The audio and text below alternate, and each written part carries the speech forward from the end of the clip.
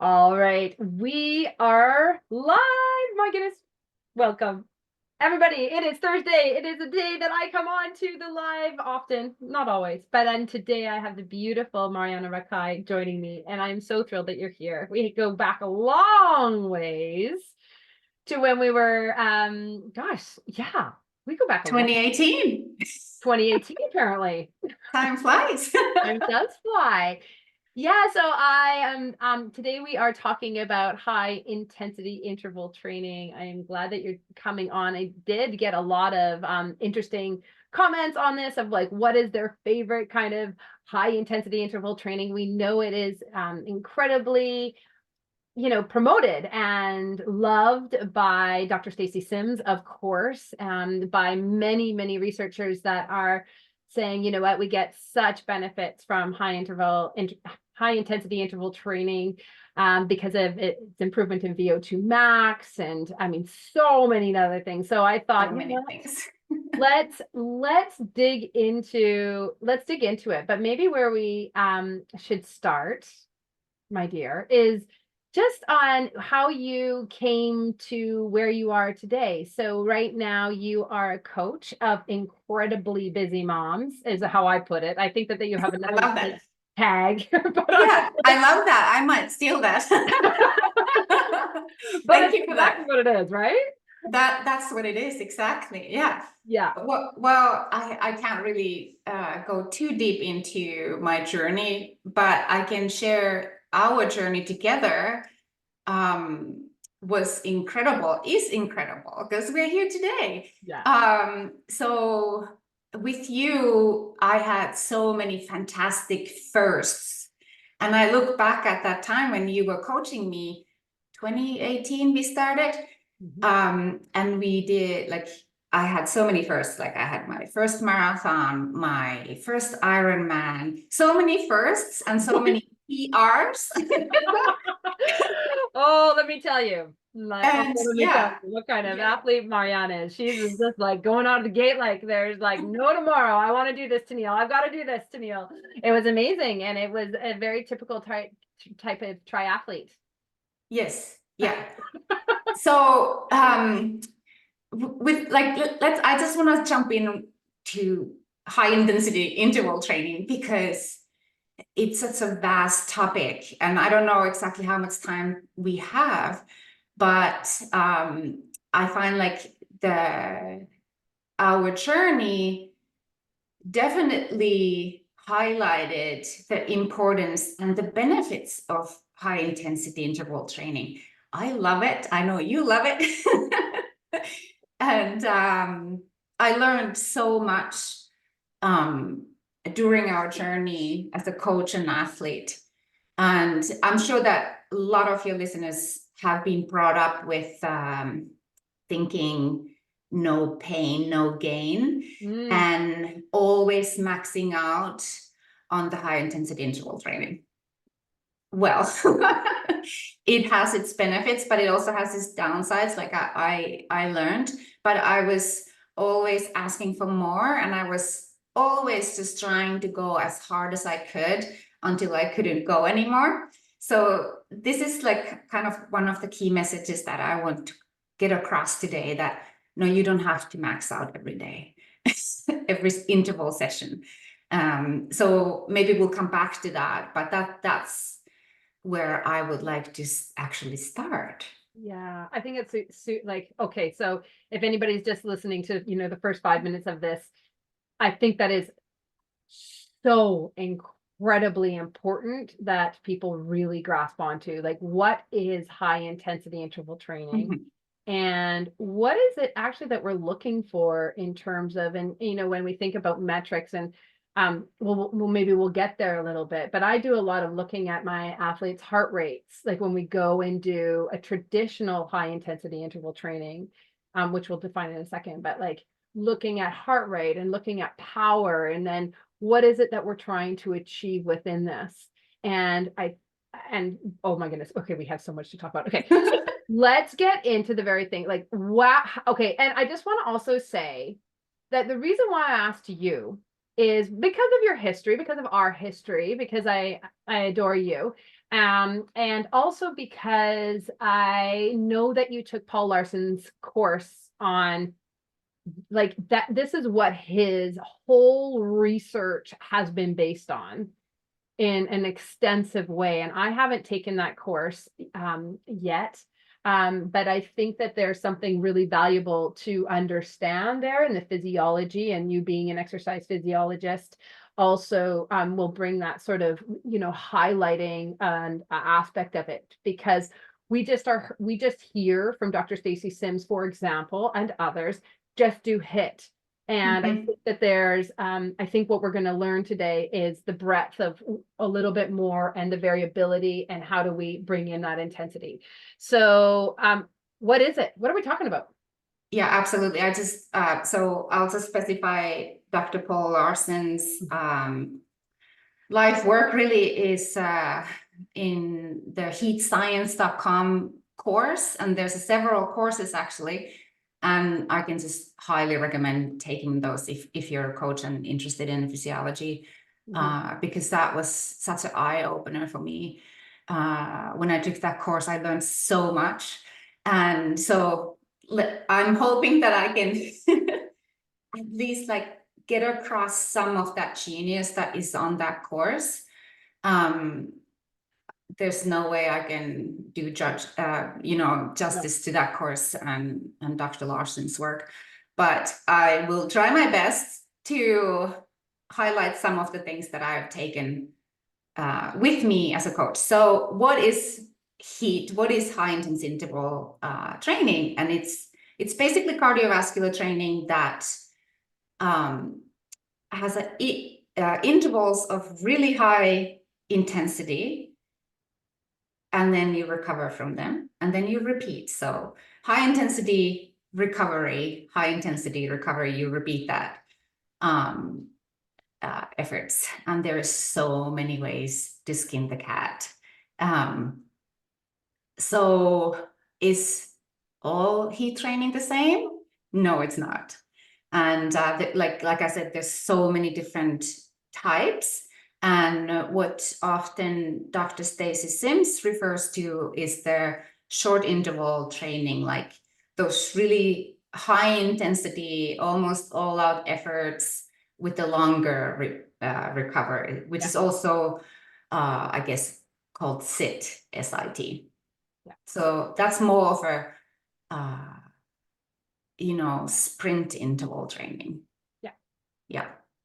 Okay. So when you talk about high intensity interval training, I think it's good that you tease it out. So you're talking about, a Tabata, so 40-20, 30-15. And what I'm curious about is, you mentioned there's a ton of different types of high intensity interval training. Is it, it's shorter efforts?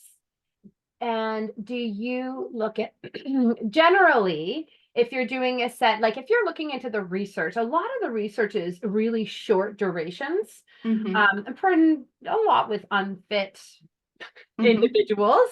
Yeah. And it's not also looked at over a number, like it's overlooked at maybe 8 weeks, or it's looked at 10 weeks, or maybe I can't really, I'm not pinpointing, maybe you know better than I do, just off the top of your head, but like I don't think I remember much more than 12-week research studies in thinking about the benefits and what happens after.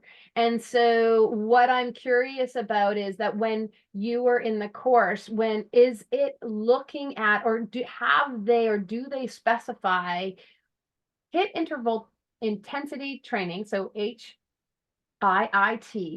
is defined as, a maximum of 9 minutes doing 30-15s or 40-20s, or does it specify 60 seconds on, 30 seconds off? Like nothing is greater than 60 seconds, nothing is less than 15. I don't know. Like I'm just coming up with numbers, but I'm just, because I have, there's a lot of different research articles that I've read on trying to define it. And I'm just wondering if Paul Larson actually touched on and said, this is how we are going to define it.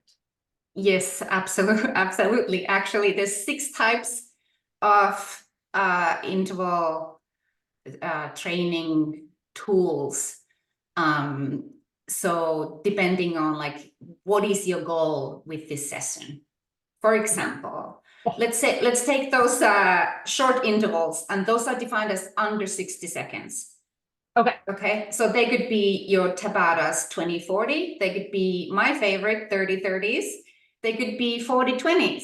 Right. Oh, they could even be 1 minute hard, the 1 intense minute. effort. Yeah. Okay. Yeah. And then there's long intervals that are over 60 seconds and up to, you know, the typical 4 minutes, 5 minute intervals. Okay. And then there's repeated sprint training, which are like super short, 4 seconds. Neuromuscular more. Neuromuscular, yeah. And then SIT, so short interval. So those up to, you know, like 20 seconds, and then a longer period to allow recovery. And then the speed training, like typical track athletes would do speed training and strength training. So those are the 6 different types. Oh, that's interesting. What is important to understand is that you have like to define what is high intensity. What is the intensity high enough to actually qualify as a high intensity interval training? It doesn't have to be all out, balls to the walls, you know. It's not always all out efforts. It can't be. So, yeah. Tanelia, you know the ventilatory threshold 1, you know the ventilatory threshold 2, and maximal, lactate, steady state, all those, you know, like definitions. So if you're looking at the definitions, then high intensity interval training, what actually qualifies is anything. So the maximal, lactate, steady state is the bottom of the intensity. So the VT2 threshold, FTP, is lower than high intensity. And then the high intensity top is your maximal speed or power. So we're looking at within that range. The long intervals are the kind of like the first one over the threshold. And then come the short intervals like Tabatas and 30-30s. And then the sprints are high, like the top. Okay, so I'm just going to help. Okay, so there's a couple of interesting things that you're saying here, just in terms of definition. So one of the interesting things that you're saying that I don't think will be as familiar to our audience, like to the people that listen to this, is that that the way that a researcher and the way that I've actually learned it as well is we're talking about high, and this is how, and I think there's a wonderful podcast actually in Fast Talk Labs that talks about this. And it's like, because the question was, what's the difference between high intensity interval training and high intensity training? And we are, what you're talking about, could be all classified and putting into the high intensity training. If you're looking, and if you follow Dr. Steven Seiler, we're looking at the 20%. So he's an 80-20. And so if you're looking at a 3-zone system, more so it's really starting to talk about high intensity training is that above and in that 20%. Which is past that, you know, you're talking about the lactate threshold levels to MLSS, maximal lactate steady state being at the bottom one. I know I'm repeating you, but I think it's important for people to understand is like, we are high intensity interval training is just the definition of it could be looked at as high intensity training with a subset of being, and what Dr. Stacy Sims talks about is that and even a smaller subset of the you know, the Tabata or the 40-20s, the 30-30s, 30-15s, and so it's that spicy. Yeah, and it depends on the athlete in front of you. So we need to remember the context. Right. So what is the athlete like? What is her goals? What does she want to do? For example, I'm an Ironman athlete. I do long distance stuff. I don't necessarily need to do the high, like the sprint intervals. I don't need speed. I don't need speed to do an 11-hour day. Right. But if you're looking at general health and, you know, an athlete who, for example, wants to do downhill marathon. I'm working with a new athlete. She's doing one of these Revel mountain where they actually run down the hill. So I want to be able to give her high intensity interval training that has the neuromuscular load, so that she's not totally ripping her muscles apart running down that hill, so that her musculoskeletal system has been trained to take that beating. So like two opposites, right? Or in general health, short interval training, those short sprints are really good to stimulate your musculoskeletal system, but you can decrease the risk of injury by doing them uphill. So you always, you know, like you have to think about who is in front of you. And maybe I need to go real little bit back to the point that you were saying about the training intensity distribution. So we are talking about intensities that are way higher than your, you know, your race pace if you're a marathon runner or an Ironman runner. So those are typically intensities that we talk about tempo, or what's another word for zone 3 if you're looking at zone 5 model. So the middle Sweet part. spot. Some people call it sweet spot. Some people call it value zone.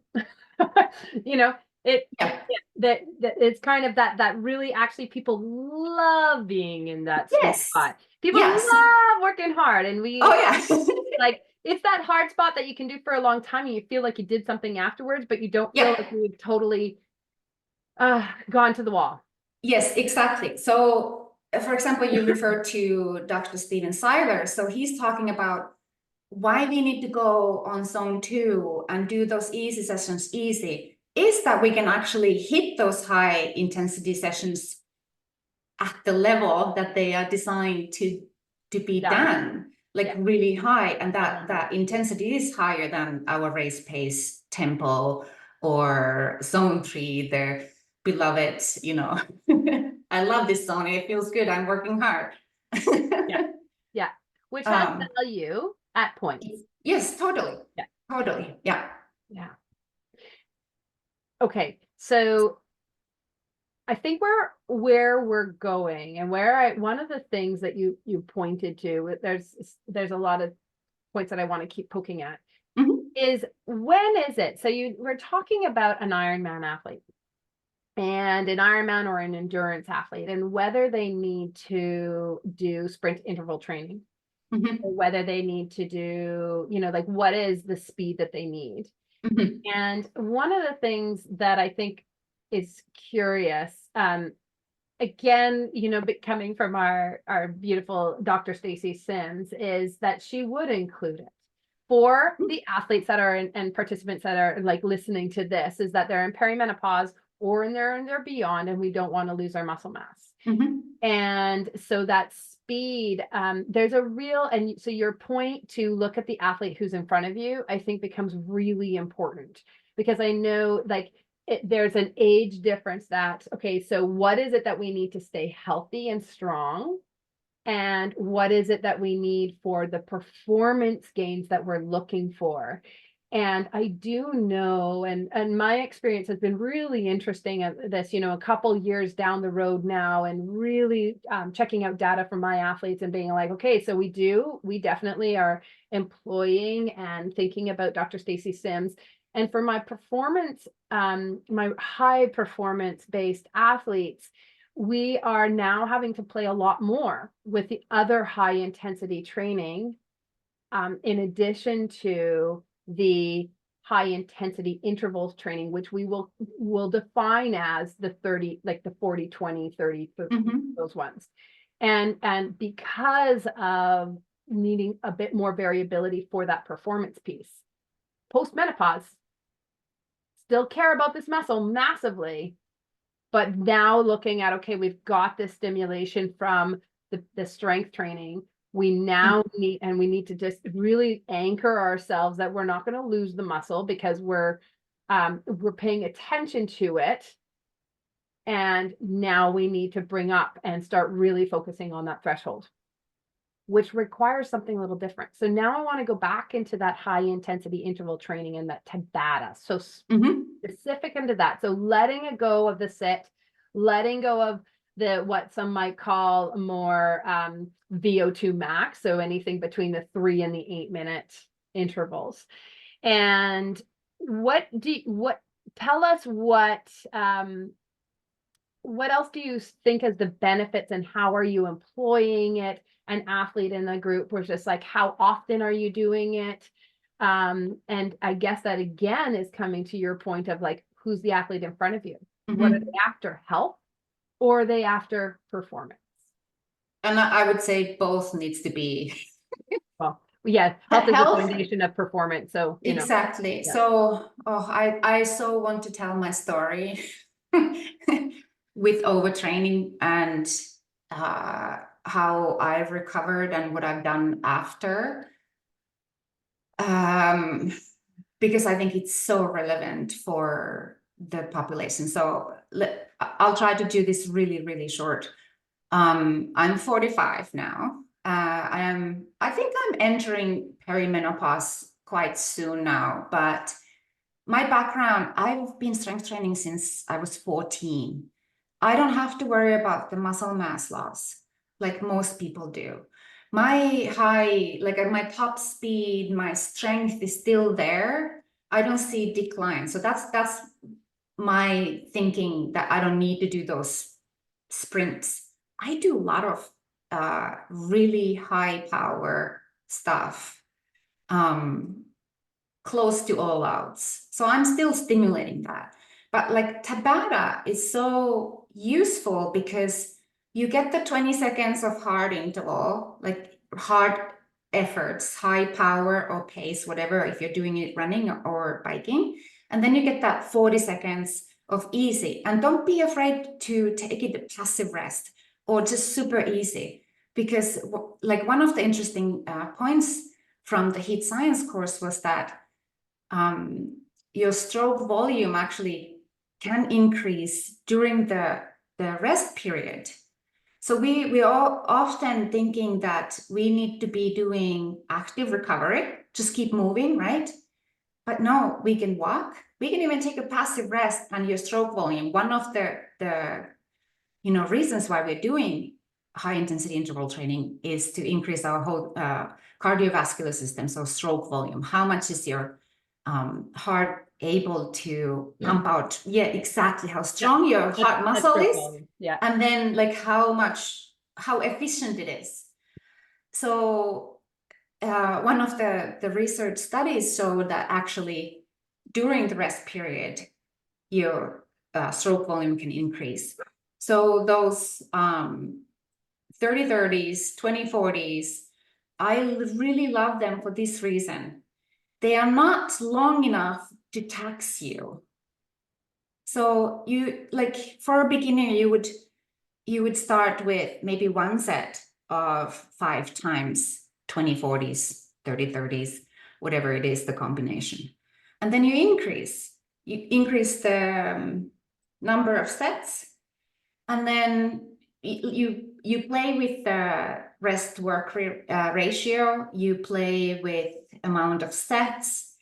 But I really like the short intervals because they're not so taxing. You recover a lot better, like faster than doing 4-minute, like 5 times 1K running, for example. So, and because you take really easy recovery periods between the high intensities efforts, you allow your musculoskeletal system, those fast twitch muscle fibers, to recover so that they can get to a higher power or speed. So if you look at the long intervals compared to short intervals, so we're talking about 20 seconds high effort compared to 4 minutes, right? Yeah. So then you're looking at power, which one is higher? So 20 minutes, you're able to push out, I'm just throwing in numbers now, 300 watts, for example. Yeah. But for the 4-minute intervals, maybe you're only able to push 220 or 230. So repeatedly, your musculoskeletal system is pushing more watts, making the whole system stronger, right? So there's a couple of key things that I want to get across. You don't always have to do those long intervals to get better or improve your performance, because I know you have lots of high performing ladies who want to get better. You don't always have to drain yourself with the long ones. Do short ones and see how you react, how fast you recover from those. Yeah. But I wanted to go back to my overtraining thing, because I would just spin myself with training, just general training. And when I came back from overtraining after 6 months of basically just doing really low intensity zone 1, zone 2, if you're looking at zone 5 model, I started with 30-30s. And they seem to be working really well for me. So I actually do 30-30s pretty much year round. But it's not like a lot. You just hit your target and then you walk away, as Dr. Larson says. Hit your target, walk away. Yeah. One of the interesting things I'm curious about is that I always think, like this in my research or understanding of it, it's 2 to 1, and you have a 1 to 2 as well. Mm-hmm. Is that in Dr. Larson's work, is it the same? Is it just a different application? Because the 2 to 1, so meaning twice the work to half the rest. So a 40-20, mm-hmm. Or you love the 30-30, so 1 to 1. Yeah. Or you have a 1 to 2 in terms mm-hmm. of 20-40s. Mm-hmm. Is there and this is really fascinating, because if you're curious about this more, there's a fantastic podcast with Steven Seiler and Trevor O'Connor, Rob Pickles, talking about high intensity training. And Steven Seiler says, Dr. Steven Seiler is just like, well, at the end of the day, your body's not really going to know the difference. If you go work hard, get the job done, you're going to tax it, add some variability, you're going to get better. I love that, because we can get into that rabbit hole. Yeah. And as you know, because I know, like, you read a lot of research, you can go into one rabbit hole and then just, figure out, oh, is it the best one? Is this the best one? And then you're just like, no, just keep it simple. Just pick one that is fun for you, that is challenging for you. And if you feel like, okay, this was too hard, so next week or in 2 weeks, do it a little, like, listen to your body. Don't make it like we tend to, and I've been there so many times, I overcomplicate things. And is this, optimizing this one? And like, we can get into a rabbit hole. And what I wanted to say is that manipulating the variables, so we can manipulate duration of interval, we can manipulate duration of rest periods, we can manipulate duration between the sets after we do 5 times 30-30s. We can do 5 minutes, allow better recovery, and then hit them again. For example, maybe that's the best way to do it for somebody who's not used to doing short intervals. So allowing that system to recover so that you can get a quality set, the second one, instead of, keeping them all really close together and then just fade away, right? We can manipulate surface, for example. We can manipulate mode. We can manipulate intensity. What else? There's so many things that we can manipulate. And for perimenopausal women who have had musculoskeletal injuries, maybe, or they have injuries, maybe running is not possible for you. Well, try on the bike, try on the swim, change the mode. As I said, like one of my athletes, she needs to be able to run a marathon downhill, lots of it downhill. She will be doing downhill sprints instead of uphill sprints. If you have a beginner, you might want to take her to your uphill because that's more gentle for your musculoskeletal system, not so reducing injury risk. You could do it on the grass if you're running, right? Trails, you know, trails can be a little bit risky because all the little, but it can be fun too, you know. Yeah, finding a trail for it's a little bit harder when we think about going all out on a trail. I don't recommend that necessarily unless you really know your trail well. But definitely get on the trails for your aerobic training and just create that softer, just the balance and the stability and all those proprioceptive feet movements is so beautiful. All right, let's make sure that we've hit everything that we wanted to. Okay, so is HIIT training the same? Well, I think we've come a long way to kind of define. I'm gonna stick to my definition. There's high intensity training. It incorporates high intensity interval training. And within the high intensity interval training, I think that what you've expanded out, and maybe hopefully for everybody, is like there you can manipulate the variables within that. But the point of what you're saying is keep it into high quality, keep it powerful, keep it short, and keep it so that you can recover and do it again. Is that about right? Exactly. Okay. Yes.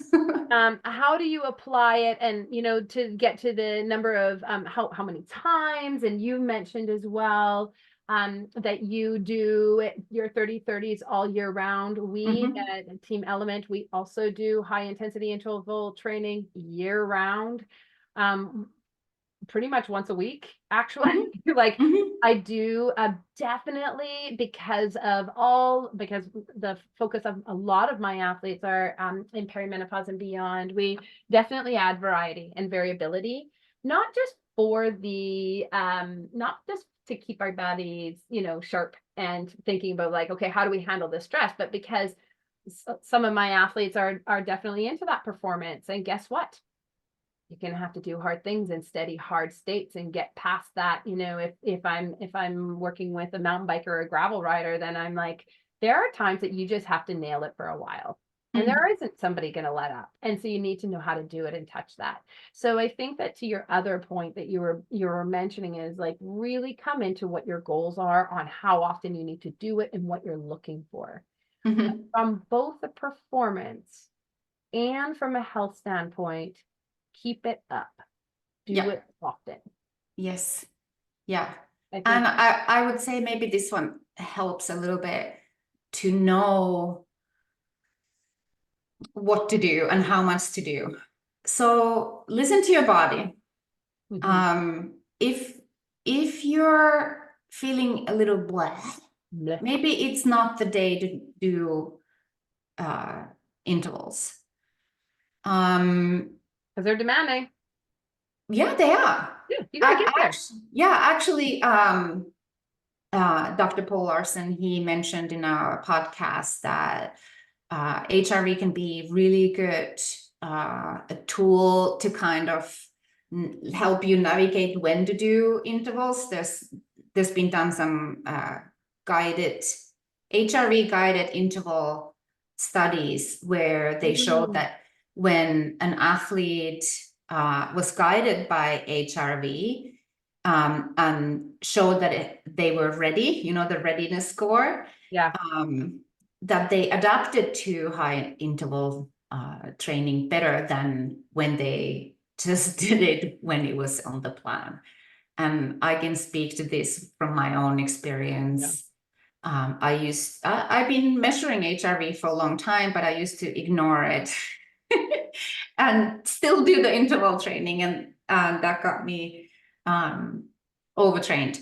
So leaving an interval session, feeling that you still have 1 or 2 left, that's like my motto or key principle. Like I always, I'm trying to avoid okay, I gave my all today. Yeah. I'm avoiding it. So I always, if the plan is 2 sets of, let's say 7 30-30s, and I feel fine, I do them. And then I might add 1 or 2 if I feel fantastic. But I'm also ready to just bail the session. Yeah. After, at the first set, if I'm feeling and just can't hit numbers, or just like doesn't feel right. Yeah. So always be flexible, because you can always do it when you feel better, and then know that you're actually going to adapt to it. Yeah. So I think it's a really excellent point.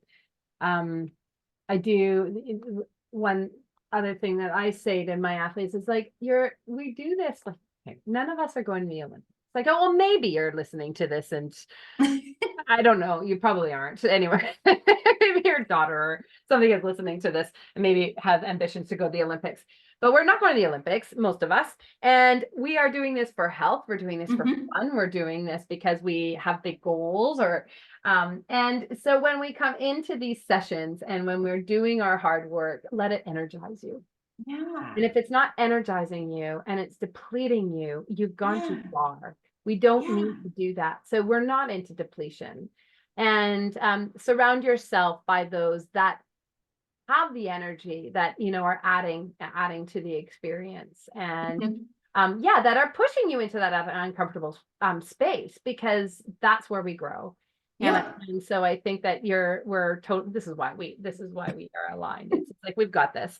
I think we've covered it. Is there any last things that you wanted to share on your experience and with HIIT training and supporting your athletes? I think I need to come back to listening to your body, and understanding yourself, really. What do you enjoy? Usually what you enjoy, you're very good at, and menopausal symptoms can really mirror overtraining symptoms. We have hormones that are going a little crazy. We might have high stress. We might be on that fight or flight, sympathetic, no, parasympathetic. I always mix them up. Overdrive. Our nervous system is on overdrive. That's sympathetic. Yeah. Sympathetic. Yeah. You don't have to do something that is taxing your sympathetic nervous system even more, like high intensity interval training. Like if you're feeling you have brain fatigue, monkey brain, and you're just stressed out, go walk in the nature. So if you're having trouble sleeping, you're probably not going to adapt to high intensity if you're not feeling well. So be okay to ditch the plan and opt for those zone 1, zone 2, really easy soul soul food movement. yes. Exactly. And then when you feel better, then you can do those fatiguing workouts. It'll come. It always comes around. Think of our time not as linear, but as is circular. It's like this, like, you know, we all know progression is not linear. Yeah, no, not linear. Yeah. Fantastic. Well, I've loved having you. I just want to remind everyone that there is for anybody that is interested in joining me and Team Element, a lot of amazing women and women that are not on Team Element but are keen to be part of it. We are doing a trip in Oregon in May, just before May long weekend. Is going to be absolutely phenomenal. I am so excited about it. So there's an awesome deal right now, $500 off the top price. So it's an unbelievable, like I anyway, for 6 days or 6 nights and incredible riding, a little bit of running along the Mackenzie River Trail. Go check it out. The code up until Sunday is Epic Oregon. So go to my website, TennilleHoogland.com, and you will find all the information there. Marjaana, thank you for coming on and just having this discussion and sharing what you know and your experience and having this kind of back and forth on how do we do this. And there's so many ways to do it, but the most important way is that your body is responding and you're feeling good. Health is the foundation of performance. All right.